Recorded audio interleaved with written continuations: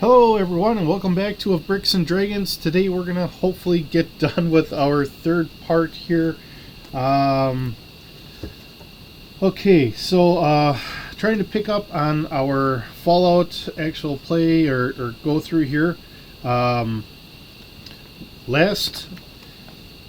scene, or last session, which was yesterday. Hopefully this all works out for today.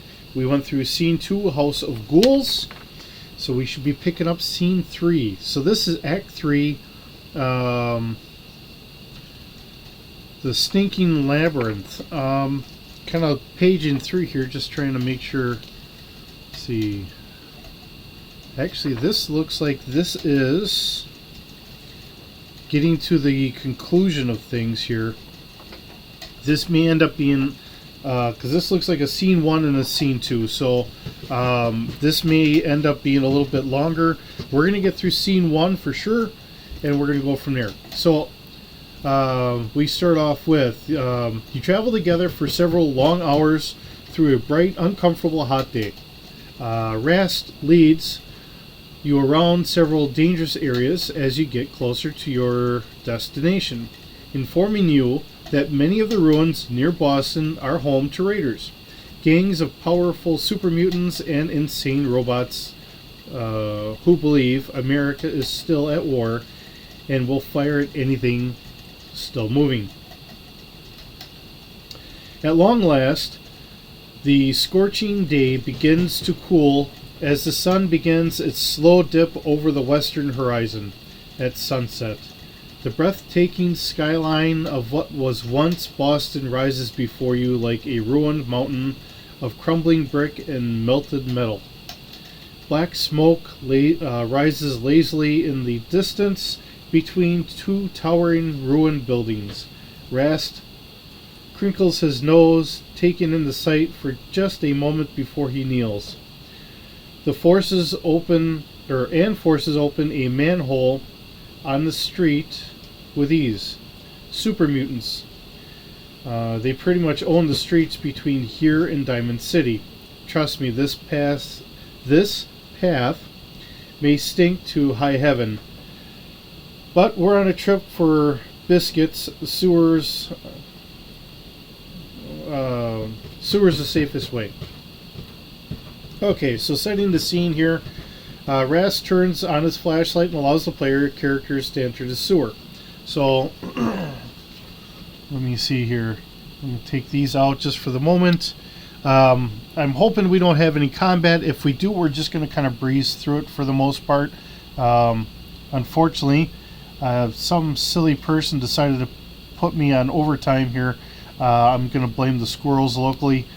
Unless it's maybe my bunnies not wanting me to be around the house a little extra. But either way, just trying to get through some of this so we can get going here. Alright.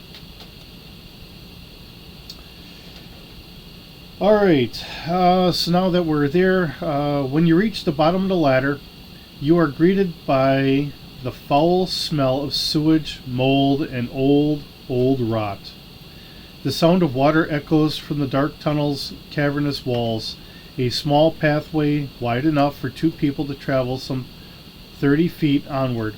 Alongside the path, dirty water, some 10 feet wide, runs, bordered by another walkway on its other side. That leads to a set of rickety stairs leading up to a metal catwalk.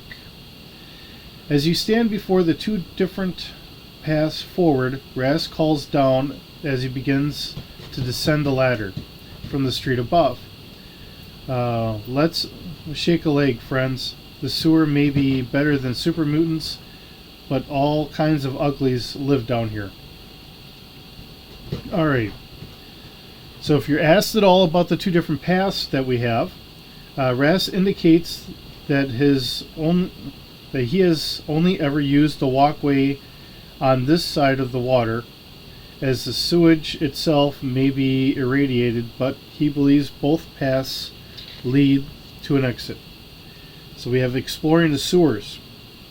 The sewers are currently the home of a small Mirelurk nest. Player characters may choose to explore either path now or return to the sewers to explore more in the future. From the start of the sewers, the PCs may proceed to one of the following sections.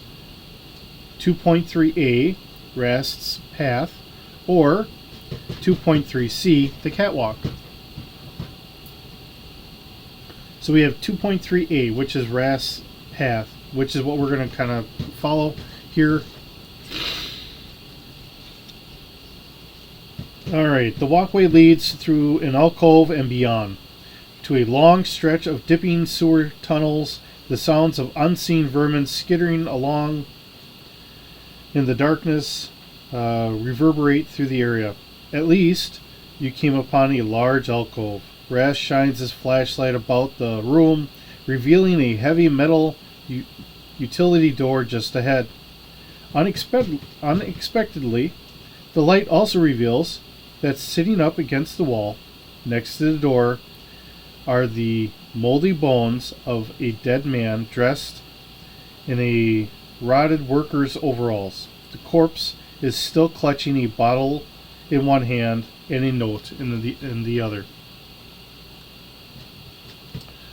So, the corpse here is something of a mystery. Searching around him, the PCs will make a 1 to 2 rolls on the random chems table, finding them on the ground next to him. The note that he holds reads, "What a gas. Looks like the joke's on me. Ha ha ha." When the player characters open the door to continue along Rast's path, they face an attack by 6 Mirelurk hatchlings. So this is, the small little ones, about like a rat size or so. We're not going to go through that, although, we do have, they do have all that in the book, so we're good. Suddenly, 4 small crab-like mutants with soft shells covering their chitinous body come aggressively skittering out of their connected tunnel ahead. The antennas attached to their faces twitching madly as they attack without warning with pairs of small sharp pincers. So we will do there would be an attack. We're going to kind of skip over that. But if you make it through there, which with 6 of them, I would hope that I do. These guys only have 5 hit points. They do have a defense of 2. So knowing how well I roll, that might take me a little bit. But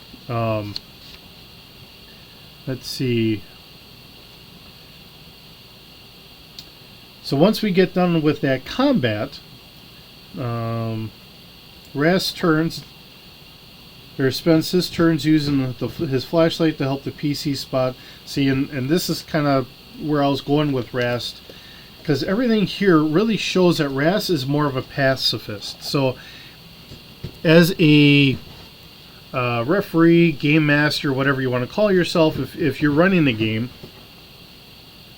you know some of the things that Rast is actually a synth, but he's a pacifist.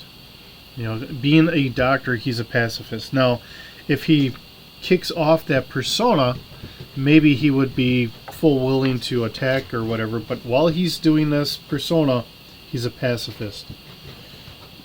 Which is the way I was trying to do it yesterday when we were attacking the ghouls. That Rast would not attack. He's a pacifist. He's just not that kind of a guy.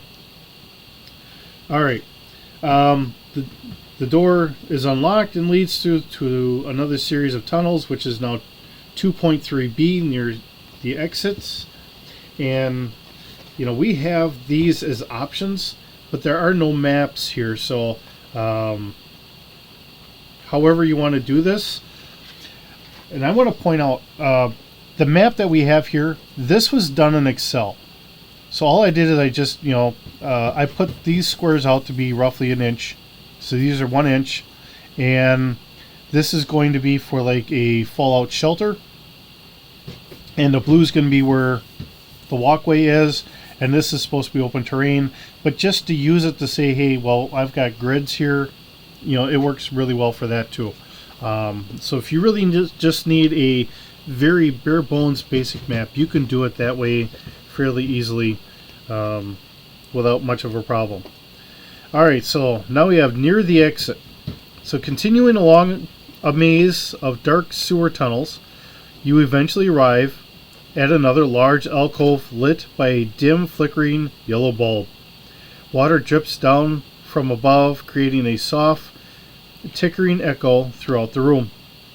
At the far end of the room is a ladder that climbs up to a closed manhole cover leading to the street above. A simple desk lies in the corner of the alcove, splintered into a heap of rotted wood shards. Beneath the wood, a moldy skeletal hand is outstretched. So we have here, if a player character removes the wooden shards, they find a corpse of a diminutive man wearing an old worker's uniform.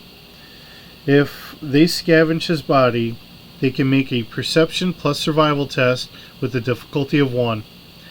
To make rolls on the loot table and show below. Alright, we're not going to worry about that. We're just kind of going through here. They can also find an ancient black and white photo, well preserved. The photo depicts 2 identical looking men with exaggerated mustaches and big, cheesy smiles. The men's arms are draped over each other, and each of them carries a fishing rod. Scrawled in mark at the bottom of the photo are the words Stony Brook Park 2076. Okay, there is briefcase loot table. So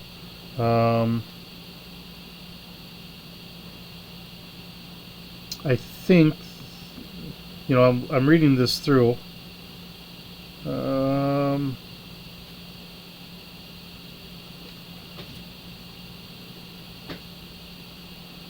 Oh, okay. They got it. The loot table that they have here has got food, beverages, or chems, and it goes for a number of rolls or whatever. But the fact that it says briefcase loot table kind of threw me off a little bit. This is the table for the gentleman there. So it gives you a small, 3 different things that you can maybe loot for or whatever. Alright, so we're continuing on here. The manhole at the top of the ladder leads just to the ruins just outside Diamond City, where the PCs climb up, proceed to scene 2, the streets above. So, let's see. What we have here for the rest of this, which I thought was a lot more than what we have here. We've got 2.3C, the catwalk, and then there's the whole encounter there, and it goes to 3A, or 2.3D, the Mirelurk Nest, and then 3A, which is Mirelurk Madness. So it looks like there's more Mirelurks if you go a different direction than where Rast takes you, which I'm not going to get into because I figure we just follow Rast. If I was part of a group and I had someone that said that they were familiar with it, that's the way I would probably go. And I know I'm a little shorter on time, so we have scene 2, the streets above. Alright, well, we're going to read through this, and then we're going to get up to Diamond City. There might be another combat here, and I'm just going to blow through it, just trying to keep things going here. Alright, scene 2, streets above. Alright, Rast follows up the ladder, meeting up with the rest of the group on the bombed out city streets above. He dusts himself off and points down the street to an intersection. Diamond City is just 2 blocks that way. Oh no, oh dear. His eyes go wide. Bounding around a corner of the intersection is a trio of super mutants. Each of them is at least 7 feet tall, with broad shoulders and muscular, wielding crude but deadly and oversized weapons. They appear to be having a boisterous conversation.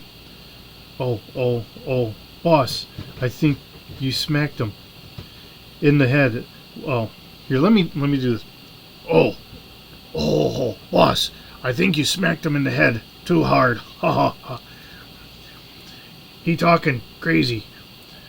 One of the massive greenish-brown skinned mutants bellows. Another mutant growls angrily. I am telling you, I saw what I saw was horse, nice and white with big horn on head. Good for stabbing things. The first mutant begins to laugh wildly at the absurdity of the idea. Suddenly, the largest of the three, a super mutant holding a massive gun, smacks both others upside the back of their hairless skulls. The large mutant lifts his nose and sniffs around, sounding like a dog. Shut up. Use tools. I smell meat. Raw, juicy humans. Alright. So now we get into combat. So the PCs must decide how they wish to handle the situation. They may surprise the super mutants and attack before they are noticed. Alternatively, they may try to use stealth to bypass the threat without risking their lives. If the PCs attempt to hide until the super mutants have passed, the group must make an intelligence plus sneak test. So I'm going to try that, and I'm probably going to fail here, but we're going to try it, because I already know I do terrible at combat anyways. So I have an intelligence. My own personal is probably not very high. Sneak. I'm going to use our Vault Dweller. It's got intelligence of 9, sneak of 3. So that gives us a 12. And I'm just going to use that person's, and then everyone else is going to kind of help out with it. So let me do... I'm going to need 5 dice. Nope. 6 dice, actually. So let me kind of do this. Alright. And I need how many successes? It says here, with the difficulty equal to the number of PCs to find a suitable nearby building. So I need 5 successes. And I do not have that. I can see that already. Okay. Because the best I could do is a 12. So I only have 1, 2 successes, and then I got a 15 here, which I just kind of rolled a little bit. Yeah, 15, 19, 17, 16. Yeah, so even with a 12 or less, I'm still failing. So with that being what it would have been, I'd have a couple super mutants on my back trying to clobber me. We're going to avoid this because I'm kind of short on time today. I want to get this done. Oh,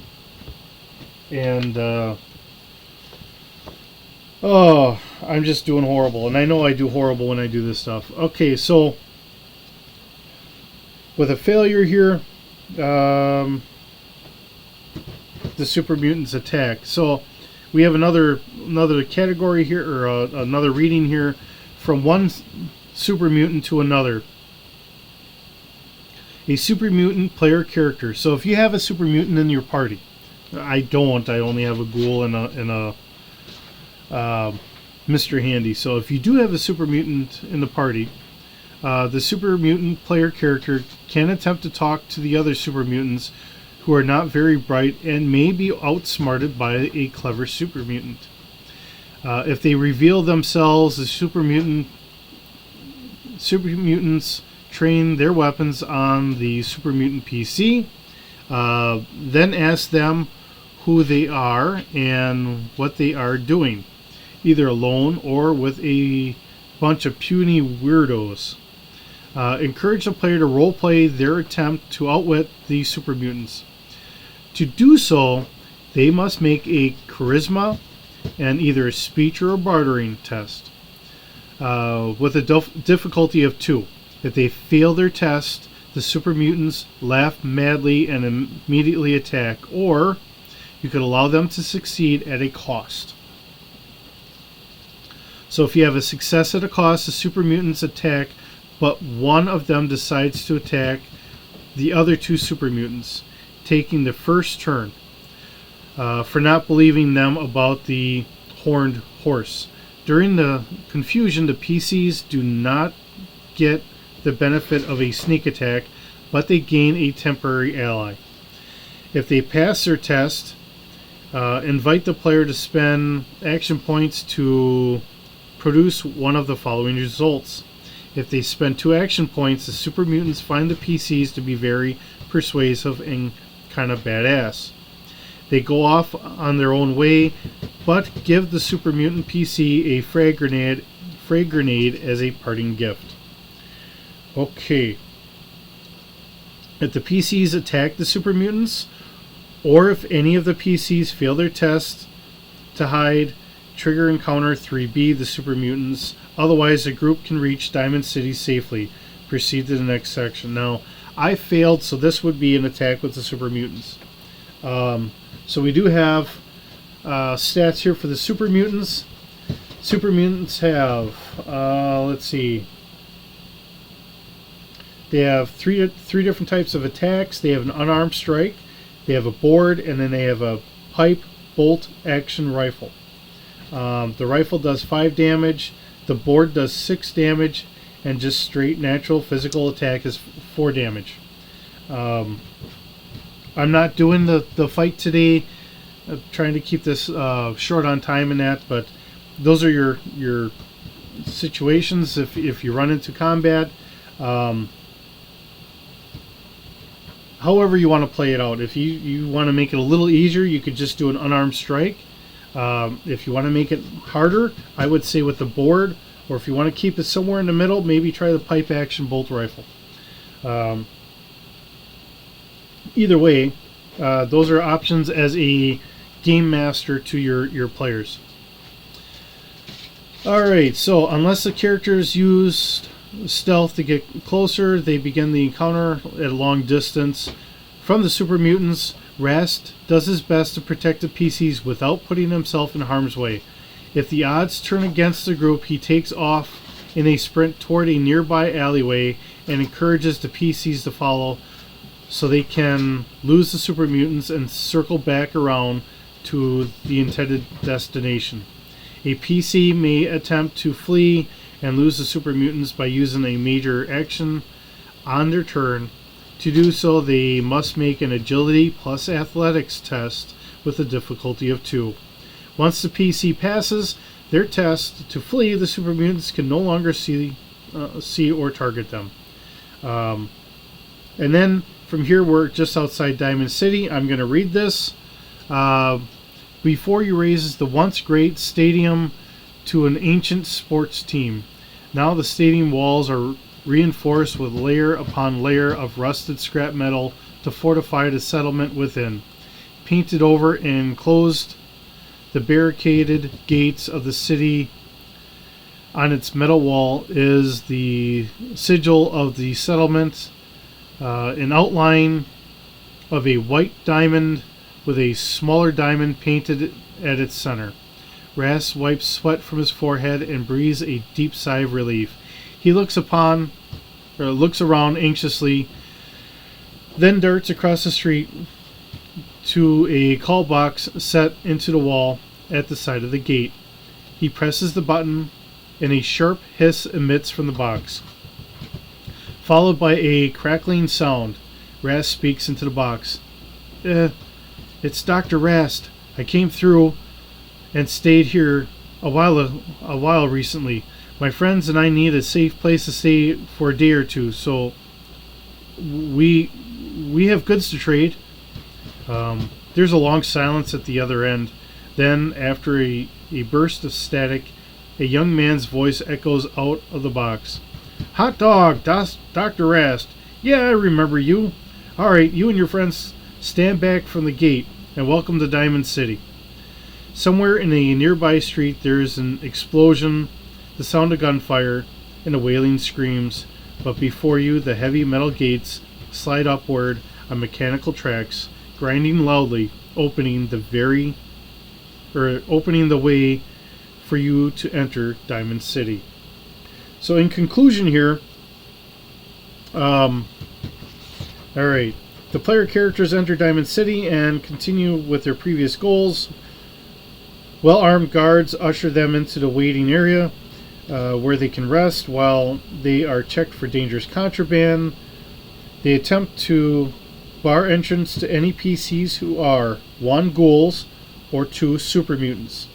But Rast vouches on the PC's behalf and barters with the guards to allow entrance for the entire group for a day or so. During this time, the PCs and Rast can rest and talk. Rast asks the PCs if they are all still determined to see Mika's last wish through and find Clements.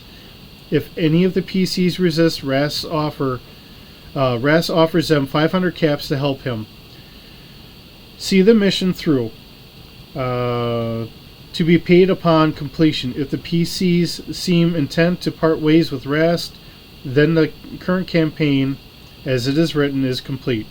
If any of the PCs continue to work with Rast, the story concludes in Chapter 4, Part 3, The Promised Land, which is where we will pick up here in a couple days. I will try to get these, and I'm going to continue doing this format. I will have these probably going up Sunday, Monday, Tuesday, stuff like that. And I'm picking up overtime. It's also the holiday, so I'll try and squeeze this in as best I can, and we'll keep this going. So again, I appreciate everybody that's here today. I appreciate that you've come to share time with me and sit around the pool table, which is what I'm really starting to think I should have really named my channel, is Around the Pool Table. But here we are. We're getting into the final chapter of our Once Upon a Wasteland campaign that Modiphius had created for us. From here, we're going to start trying to pick up our own campaign. I am going to settle it in like the Wisconsin area kind of, because it's a little bit more familiar to me, and I think it would be fun for me, because I'm from Wisconsin, to see what or to make a wastelandish Wisconsin and see how things go. So with that, I hope you have a wonderful day. Thanks again for joining me and sitting around a pool table. I hope that you guys enjoy this. I hope that, if for nothing else, this helps you understand how to play. I know we really just kind of went through, avoided the combat stuff. I'm a little bit more limited on time today, and I'm working overtime tomorrow, so I really don't want to start one where, if we can get into combat, I can at least do a little bit, and if it runs a little longer, I have a little bit more time. So it just doesn't help when you're trying to work 12 hours, and it doesn't leave a lot of extra time in the day. With that, I will see you in the next video. Take care. We'll see you then.